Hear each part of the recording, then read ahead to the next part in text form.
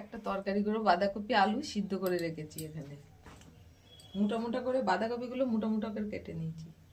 কড়াইয়ে সাদা তেল দিলাম,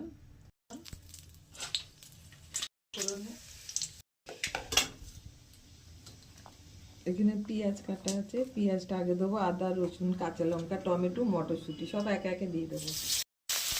দিয়ে দিলাম আদা কুচানো, দিয়ে দিলাম লঙ্কাটা, দিয়ে দিলাম কাঁচা লঙ্কা কেটে দিচ্ছিলাম, দিয়ে দিলাম সিদ্ধ করে রাখা আলু আর কপিটা দিয়ে দিলাম।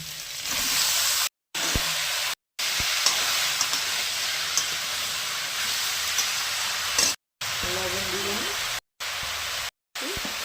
মশলা দেবো না, কষাতে কষাতেই হয়ে যাবে। একটু ধনে পাতা ছিটি দিয়ে নামিয়ে নেব। এভাবে করলাম, অনেক কিছু দিয়েছি। এভাবে করে রুটি পরোটা ভাত গরম